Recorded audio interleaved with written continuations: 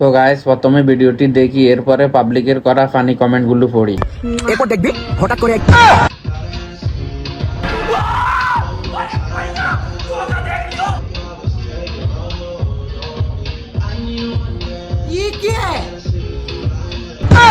तो चलिए शुरू करते हैं।